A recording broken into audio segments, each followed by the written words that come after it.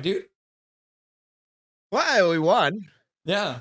It's I mean, the chaos. fan in me is excited, but you've turned me into a hockey analyst, so I'm indifferent. Fair. Because, like, Fair. again, it's such an illusion, right? That, like, they were beating the face-off dot, they were beat shots on goal. Um, a lot of them are off relatively broken plays. Myers on a line change just kind of catches Columbus flat-footed. A great move. Don't get me wrong. A great move. Great work by Garland to finish that one off. But Brock Besser, one that kind of just handcuffs Merzlikins, but he got a piece of it. So it's just that far away from being a tie game instead of, a win in regulation. Um, and finally, Drew O'Connor is starting to bury a couple of chances, 2 games in a row here that he's put a couple behind the goalie. So that's good to see. He does look like he's using his size a little better, but at the same time, it uh, it never felt like the Canucks really got low 5-on-5. Um, their power play is still atrocious.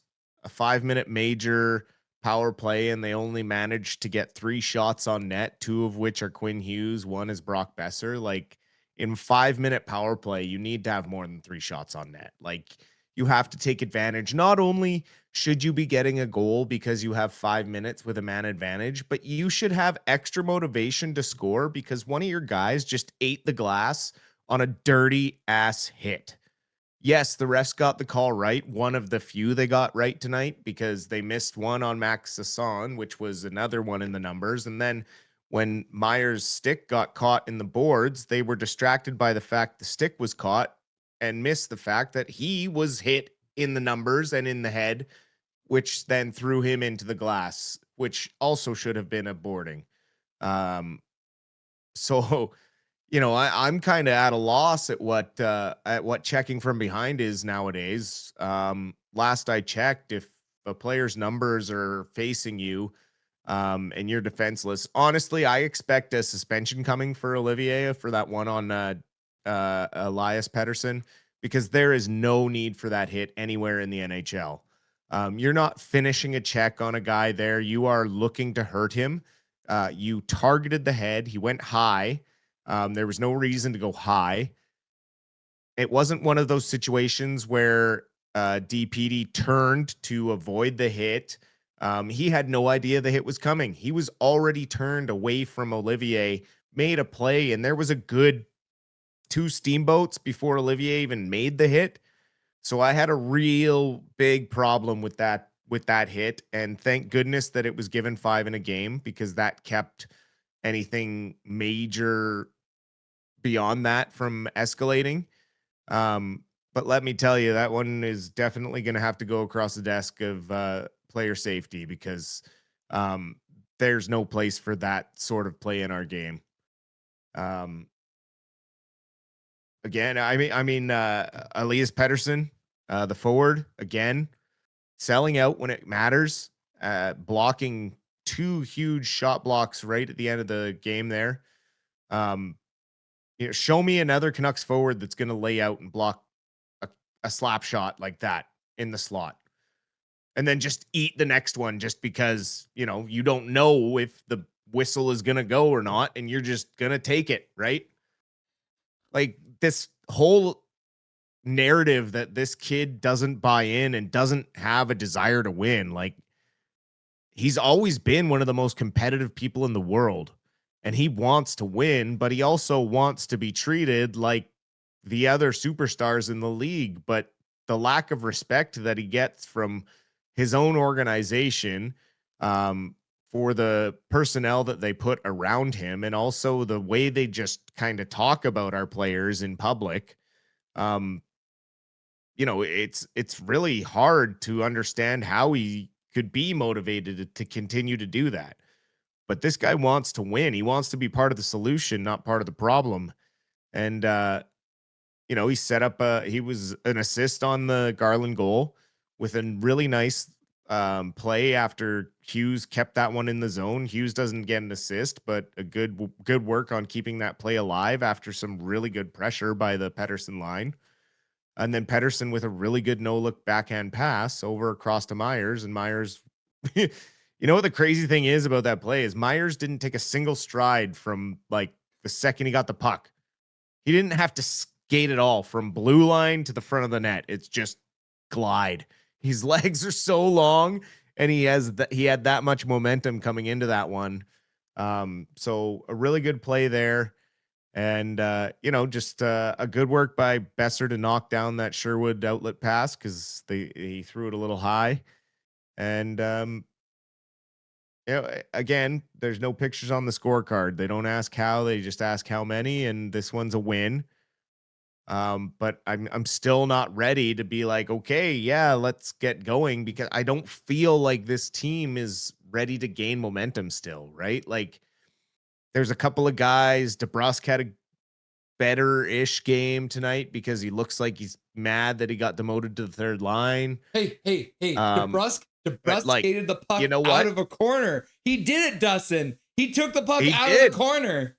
I know, and he was You using said you were some waiting for speed, it. and he was using his speed, and that was great. You know, he got the first goal tonight to cap it off, but like we need more of that. It needs to be consistent. 60 minutes, 82 games. Like, you know, he's been in the league long enough that you should know what it takes to play your best every single game. And it's just so frustrating to watch these guys when they're up against it. Yeah, they play a little better, but like there's still just no identity. And good for DeBrusk, like sticking up for O'Connor after the goal there, where O'Connor got cross-checked. But there's still no real snarl in this team. There's no like, you give us a power play, we're gonna make you pay. Um, I just don't feel comfortable even when we win with the way everything is going. Um, Looking back at it as a fan, great work. And these guys are putting in a ton of effort. Don't get me wrong. Like I think that's what the most frustrating part is that these guys are trying their asses off, but they're not being given the tools to excel at their job, right? Like they're not given the right balance and the right team members. Um, it's like every line is kind of like a committee, and the wrong guys are on the wrong committee right now, right? Like you got a safety guy working with the lead engineers, and it just doesn't work. And you need to get the right guys in the right room, and then I'll start to be like, okay, we can see some chemistry building and I feel comfortable. But we're still not really securing offensive zone time, right? Like it's a lot of, there was the one shift there where Pettersson and the Garland goal, right? But everything else is kind of off the rush or broken plays on a line change. Nothing feels like dominant and scary, like, oh, the Canucks are pressing hard. And then after we do get a goal, it's like, are we going to keep the momentum up? Because again, every time tonight, or I guess not every time, Columbus answered, right? So it's frustrating watching right now, because I know this team has so much potential if the right guys were playing with the right line mates. But I just don't understand what the process is. I don't understand where these coaches' heads are at, because we can't even really get a straight answer out of Foot when he gives a press conference either. He kind of dances around everything, and that's starting to get a bit frustrating for me and wearing a little thin, because we're not stupid.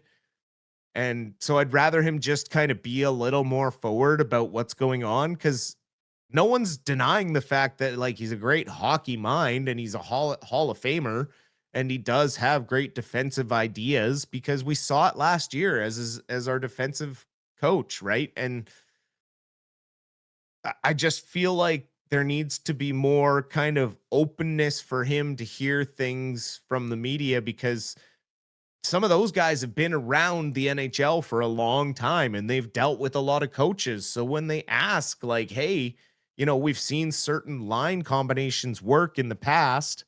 When you use examples of past Canuck players that you never thought might work, but they do, because it's just taking their skill sets and matching them together, right? Alain Dustin, Vigneault was the king of that. Dustin, did we win tonight? Because this does not sound like a We post-game show. we did win. We did win, but I'm just talking about how. Okay, what did you like? Let's move off this, because you were still Mount Dusty is still erupting from the first intermission. And I get that. It's the aftershocks in an earthquake, right? A volcano can go off for like months, right? Like sometimes a volcano goes off. You look at Hawaii, right? You're the big island of Hawaii right now. You've been going on for 1,000 years now, and I think you're just like, you have lava flowing down. Look at that! All that lava flowing down your chest is red hot. Okay. Ratu gets his 5th assist of the year, but does take a stupid penalty at the end. Was it a bad call on the interference call, or was that Ratu just putting himself in the wrong spot? I think it was a little bit of both, right? Like, I think he kind of toe picked and fell a bit into the penalty, but at the end of the day, it did create a premium scoring chance, and the refs are usually going to call that one, right? Like, it's interference because you did impede a player, whether you meant to or not. It's no different than tripping, right? No one means to trip anybody. No one you do mean to interfere with guys when you're setting a pick and certain things, but you have to do it within the, the gray area of the rule book. So, it's good to see. Like I said, like, these guys are working hard. There is a ton of positives from the team itself and each player, but they could be achieving so much more if they were just matched up right. How do you feel about Reichel getting Reichel got his first assist, his first point finally after, I think this is his 8th game. What do you think about Lucas Reichel getting his first point? I think it's hard earned. I think he's been working really hard, especially when he was thrust into expected to be a center, right?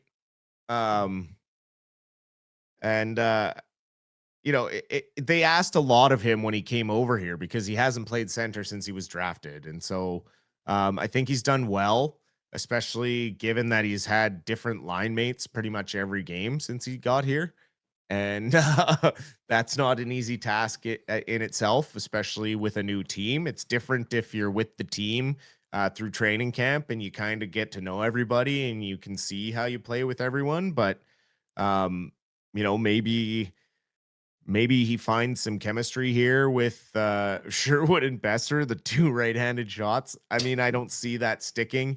You could see Besser and Sherwood kind of getting lost out there all game. When like both of them wanted to go down the right-hand side and then come back and loop around the left. Like, you could, they both have been gone through the system that Foote has taught them as right wingers, right? So you can see that they're just kind of programmed to kind of go on autopilot through certain areas. And there was a lot of times tonight where I brought it up in the intermission that the both wingers were kind of drifting to the same side of the ice. So I'd like to see at the very least, right? Like, left-handed shot and right-handed shot wingers with whatever handed center, because centers are centers, but I don't care if you got the left-handed shot on right wing and the right-handed shot on left wing. You need to have both handed shots, especially when you have them available in your lineup. Did you see which wing Besser scored on when he was skating down? What side was he on? I believe that was on his right wing. Well, and you mentioned it too, because the one play I specifically pointed out was exactly what you said.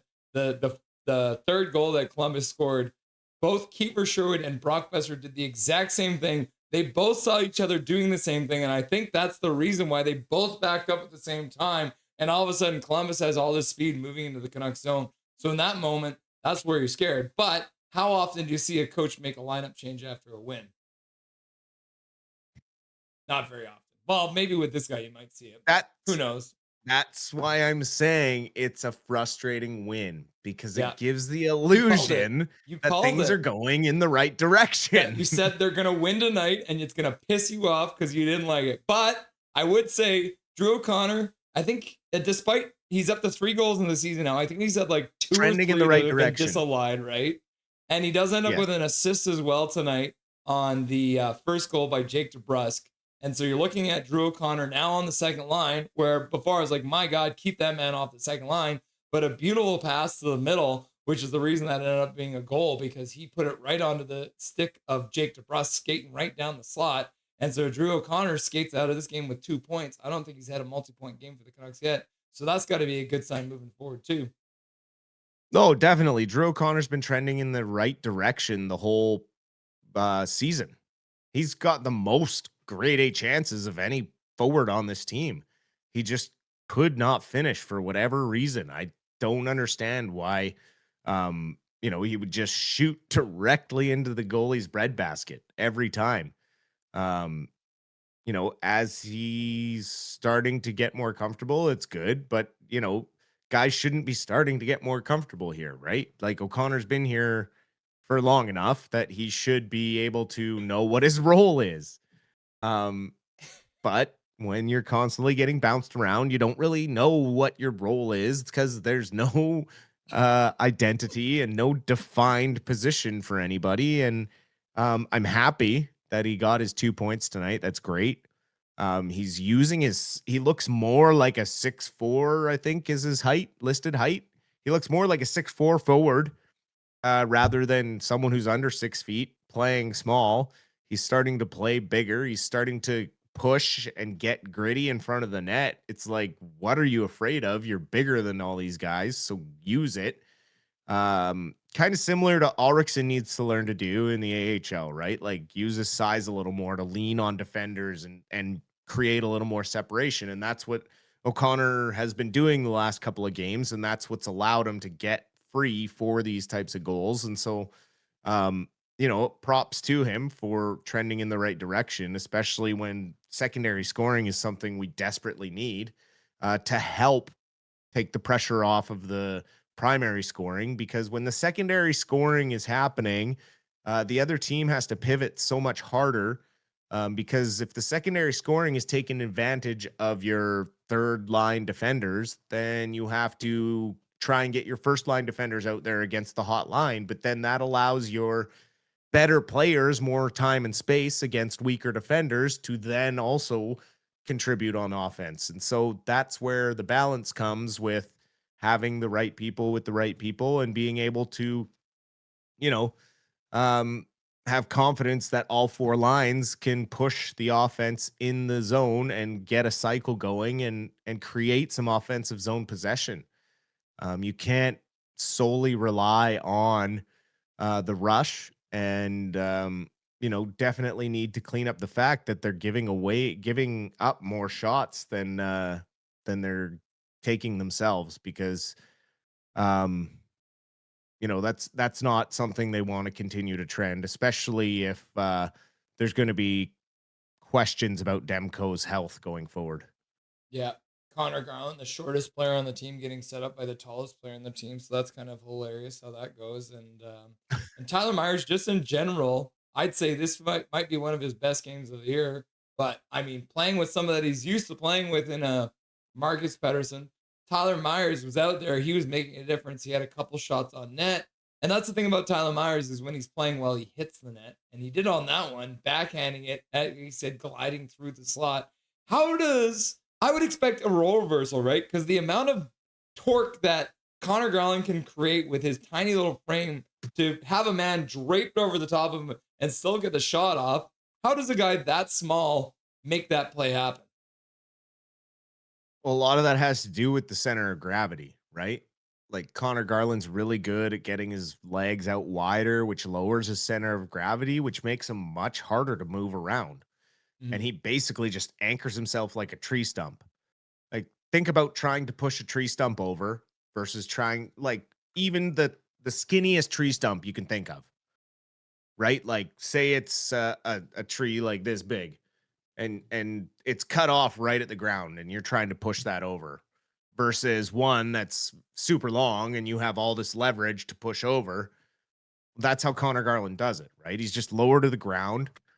He's got really strong legs, as we see from the speed that he skates at, and he's not afraid to go to those areas because he knows he can get low, and that'll force the defender to have to either move out of position because they can't really cross check him or push or shove him because they run the risk of kind of shoving over top of him and taking a roughing penalty or grabbing onto him. And so he's really good along the boards for the same reason, right? Because he's very elusive, and it's because of that shorter stature frame and his ability to utilize his speed and that center of gravity to the best of its ability. He takes his I won't say weaknesses, but the lack of certain assets, and he turns them into his greatest strengths. And that's one of the things that everybody loves about Connor Garland is he's tenacious, and he doesn't back down against adversity, right? And he gives everything he's got every shift, every game. We've never ever had to say, "Oh, Connor Garland played the crap tonight," right? Like sometimes we say, "Oh, he missed some good chances tonight," but since I think I've said this already this year. When have we ever said since he's got here, "Oh man, Connor Garland really played like crap tonight," or really didn't give it his all? Do we sometimes expect more out of him? Absolutely. But does he give everything he's got? Yes. It's like we talk about just in general, the Canucks, even if they lose, as long as the effort was there, I'm less upset. Lately, the effort hasn't been there, but tonight there was an effort that was enough to win the game. 3 stars of the night.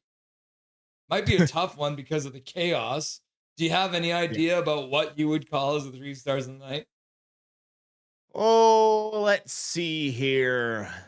We're gonna say Drew O'Connor, number 1 star, Kirill Marchenko, 2nd star, Brock Besser, 3rd star. Boom. That's my guess. Yep, killed it. Drew O'Connor, goal and assist. Oh my god. Marchenko, 2 goals and an assist, 3 points, and Brock Besser also getting a goal, getting the 3rd star. I almost think I might have even snuck Lankinen in there, not because of necessarily like 32 shots is a decent amount, but I think there was a lot of like, holy shit, Lankinen saves out there tonight. And speaking about Lankinen, what do you do for tomorrow then? We could play Colorado. Do you play Lankinen back-to-back nights, or does Yuri Patera get his first start as a Vancouver Canuck for the year? All the cryptic talk. I mean, I'm led to believe that Demko's going to start tomorrow night. I have no idea, man. Like, I really don't know what the plan is. After seeing what happened in Edmonton, I don't care who we start. We better be ready to play, or we're going to get absolutely put out to pasture. Like, good night, lights out. We're just gonna we're gonna sing karaoke songs in the Rusty and Dusty sideshow because I mean, if they don't have their A game, oh my god, a 9-1 drubbing of the Edmonton Oilers over there by those Colorado Avalanche tonight. So they're coming into town buzzing, and not because they're mad, just because they're feeling it. And McKinnon, it was a big part of that tonight, and Makar. So their big boys are rolling, and as per usual. So it's going to be tough. I have no idea who's going to be in net tomorrow night. I couldn't tell you. And I mean, we don't even know the lineups these days until like 5 minutes before the game. They changed again on me tonight. Well, I mean, yeah, like let's practice yesterday with a certain lineup, and then hey, today, we'll just switch them up right before the game time. I'm like, I does that literally answer, feel Mrs. like German I'm taking Canucks crazy like, pills. Dustin, do you know what we need to beat a good team like Colorado? There's your answer. Dustin has no idea what's going to happen. Pray to whatever higher Satan. Power you believe in. If whatever God, faith, just the stardust, whatever you believe in, You need to pray to it because the Avalanche are so much further along than us in any capacity to compete for a Stanley Cup that if they even give 90% tomorrow night and we don't give 100, like we need to give 100% tomorrow night, every single player, because it could turn ugly real fast. Yeah. But I that being said, you appreciate. know what? We're probably going to win 5-0 because it's the Yeah. Vancouver Canucks and we just never know what these guys are going to do because we can look at it and we can enjoy dissecting it and think we got our finger on it and then they change it. Yep. Um, quickly let us know. I did see you say in chat. Well, I mean, Brandon Assel stopped by chat, which was super cool to have the Canucks play-by-play guy for Abby Canucks stopping by. Nice For guy. sure, especially on a night he was working. You did mention in chat what happened at the end of the game. We updated that Tristan Nielsen had scored the 2 goals in the second period. What was the final in? And I mean, and do want to say once again that the Colorado Eagles are the best team in the AHL right now. So what happened at the end of it? It was 2-2 after 2. Just a really hard fought defensive game in the third period by both teams. Not really giving up much, and also really good games played by the goalie. This one went to the shoot by goalies. This one went to the shootout. Jonathan Lemieux stopping 24 of 26 in regulation.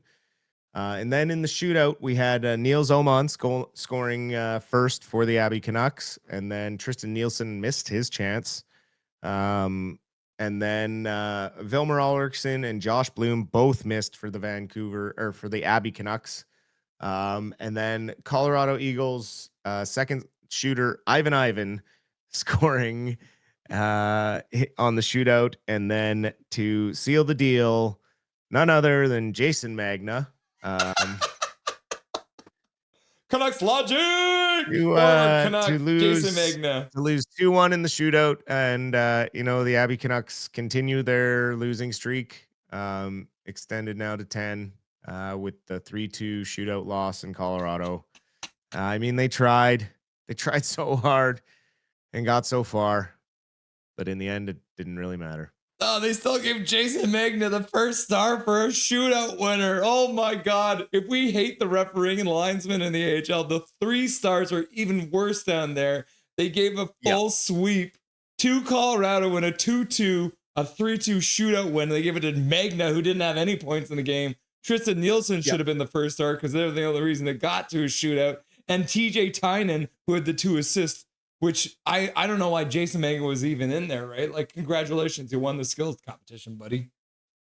Yeah, exactly. Hashtag at least 2 we got a guys point. on the Abby Canucks getting their first professional hockey goals. We've been hearing a lot of that. Neither one of them even get a sniff on the 3 stars. So Yeah. I mean, it is what it is, right? Like a lot of those announcers that pick the 3 stars, like we're very blessed in the Vancouver region for all of our broadcasters. They all learned from the best in Jim Robson, who was never biased. Was he a huge Canucks fan? Did he love to see them win? Absolutely. But did he call a very fair game when the Canucks deserved, to be chastised? Did he do it? Absolutely. And so everyone who's kind of grown up in this market and had dreams of being a broadcast guy, you have Shorty, you have Brandon Astle doing the Abby Canucks. You have guys like Brendan Batchelor that have experience doing it. They're all unbiased and they all look at the game from both sides of the rink, even though they are primarily Canucks analysts and broadcasters. They still have a level playing field. And that's one of the things that really sets this market apart.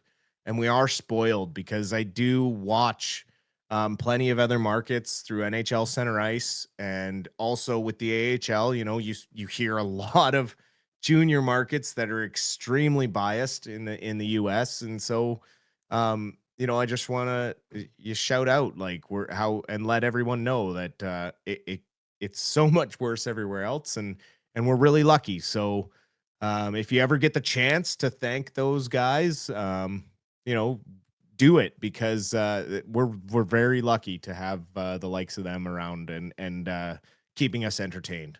Yeah. And obviously, inspiring people like you, Russ, and me now too in this kind of color role and as an analyst, right? Like I see all the guys that do that and like Ray Ferraro and Tomlinson and even Bieksa now, the work he's been able to do as an analyst in between on panel. Um, it's just really inspiring to have those types of idols, I guess, to look up to. Yeah. The one thing I will say, we already talked about the fact Colorado is in Vancouver tomorrow. So, I mean, nice. Two things I'll say about that game. One, Colorado smoked Edmonton. So there are situations where after a massive win like that, they'll come in a little cocky, but we'll have to wait and see. I don't want to get too far out of myself. They play again on Tuesday, but again, for the second time already in this month of November, they get another gap of Wednesday, Thursday off. So next week they play on Tuesday night against Winnipeg, and they have a 2-day gap before they play the Carolina Hurricanes. So two-day gaps in the first 2 weeks of this month as a result of the amount of games they've played, because the Canucks have played more games than anyone else. So it looks like even in this condensed schedule, the Canucks are getting a little bit of a deep breath a couple times here in the next week and a half. So that is good to see, and that should help them get some guys back in the lineup, because it looks like we talked about, um, Mancini, Bluger, and Lecker all in non-contact jerseys at practice today. So you might start seeing some of those bodies come back, and then hopefully we can also see some of those bodies going back down to Abbotsford to give them some help, because and this is something I didn't say to you last game.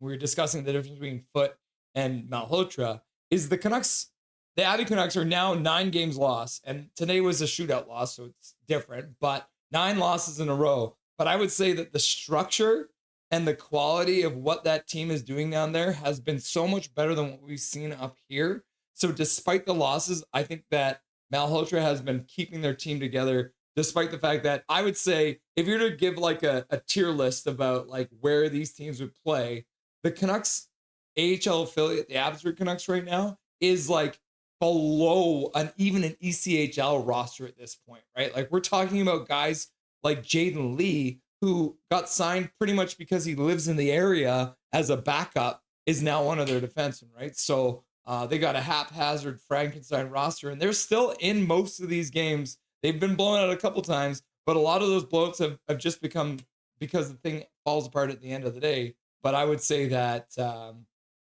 Vancouver Canucks could once again learn a lot from the Abbey Canucks, because they're fighting for their lives down there, and they're looking better doing it than the Canucks have when they've been losing. Oh, absolutely. Like they're losing well, Yeah, if there is such a thing, right? yeah, Like considering the absolute shambles they have. I ranted about it in the intermission about how the prospect pool is just terrible. But you have guys that are making leaps and bounds in their development because they're being forced to. I look at Sawyer Minyo, who's been incredible in the absence of so many veteran defensemen. And you just kind of look a little bit at the horizon and there's, Jet Wu maybe comes back and that's kind of stabilizes the defense. You also get, Brisebois back, and then that can send a couple of guys back down, and that helps out Sawyer Minyo and Kirill Kudryavtsev play a little fewer minutes, and maybe then they're more refreshed on things like the power play, and then you have the shutdown veterans, and then the two young guys can kind of go and learn how to skate a little more with the puck, right? But what they're doing right now is learning how to play shutdown structure, and uh, Vilmer Ulrichsen is learning to beat guys on the outside. He had a really nice goal yesterday, a good second effort, beat a Colorado defender around the left side, and was able to tuck it in behind the goalie after getting his own rebound. I still want to see him engaging a little more physically, shoulder to shoulder with that defender, and kind of trying to push to the net instead of committing to the kind of just the weak shot because he doesn't want to lose the puck. You know what I mean? just have a little more confidence to lean on that guy and be like, I'm bigger than you. I'm going to utilize my size and power to the net. Because if he can start doing that at the AHL level now, it's going to help him when he transitions to the NHL level, be a little more ready to be in that power forward style role.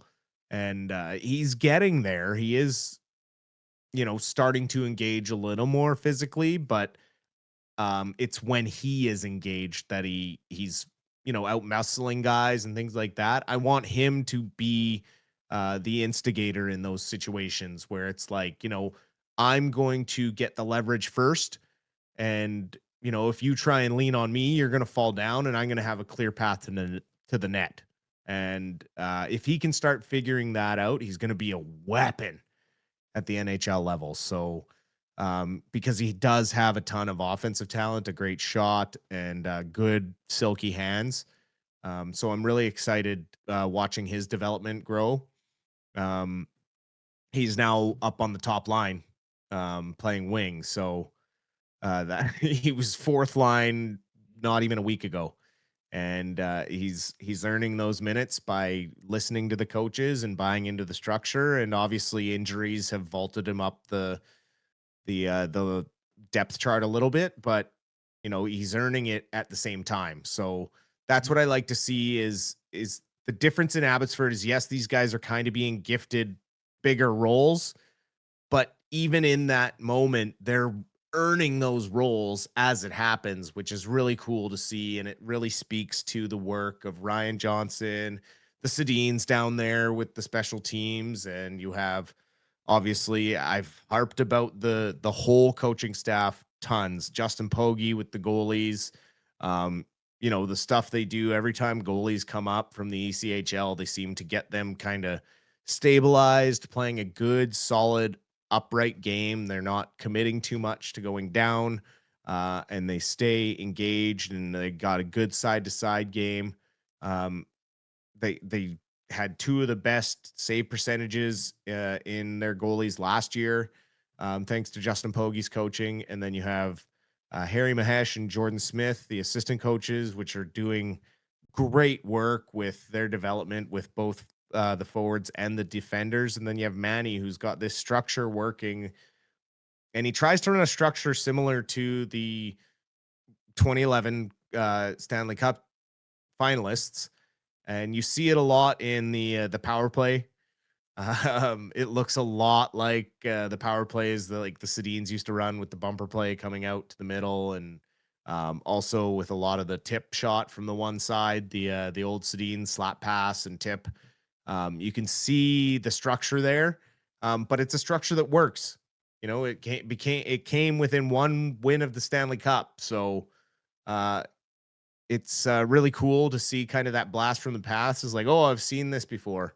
And it allows teams that don't have the most talent to kind of almost overachieve.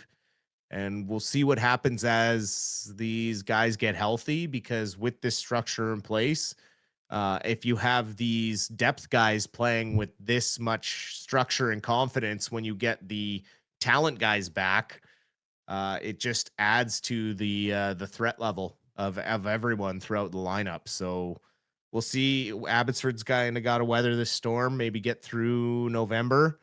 Into December, we should have the majority of the NHL team healthy, which will send a lot of the guys back to Abbotsford. And then it'll just trickle down and allow everyone to kind of return to where they belong. And once December happens, that's when maybe we'll see some more consistency in both levels of the Canucks here. You feel a little better now, buddy? Man, I guess. Thank you. You needed to talk me down. I thought I was calm. I thought I was like, trying to find the silver lining, but like it's just so it's an illusion, right? I'm so scared. I've been hurt before. Yep, fair enough. Is there anything you want to say to chat before I let you go? Oh, I hope everyone had a great night. Enjoy the win. It's going to be a quick turnaround here. We will see everyone tomorrow night. You know, have your comfort blankie on hand because it could get ugly fast, but we're obviously going to be here to make everyone feel better. And appreciate everyone's comments, questions, appreciate the love, and just overall appreciate everyone. So enjoy the rest of your night. Enjoy your Sunday. We will see you all tomorrow. Russ, thank you again as always. You're the best. Couldn't ask for more. And enjoy your the rest of your weekend as well. And we'll talk to you tomorrow night. And hopefully you're the best. It's all good stuff, right? Yeah. It's gonna be fun. It's gonna be chaos. We'll get the second half of the Eddie Lack interview on tomorrow night, and who knows what other chaos we're gonna see. So it should be fun. And like I said, the Canucks have a little bit more rest coming up, so that should help. And who knows, some injured guys coming back. Things are gonna start looking up here. November usually is a good month for the Canucks, so that's what I'm gonna hold on to keep myself sane here. Enjoy your night, brother. You too. We'll talk to you tomorrow. Nothing is perfect.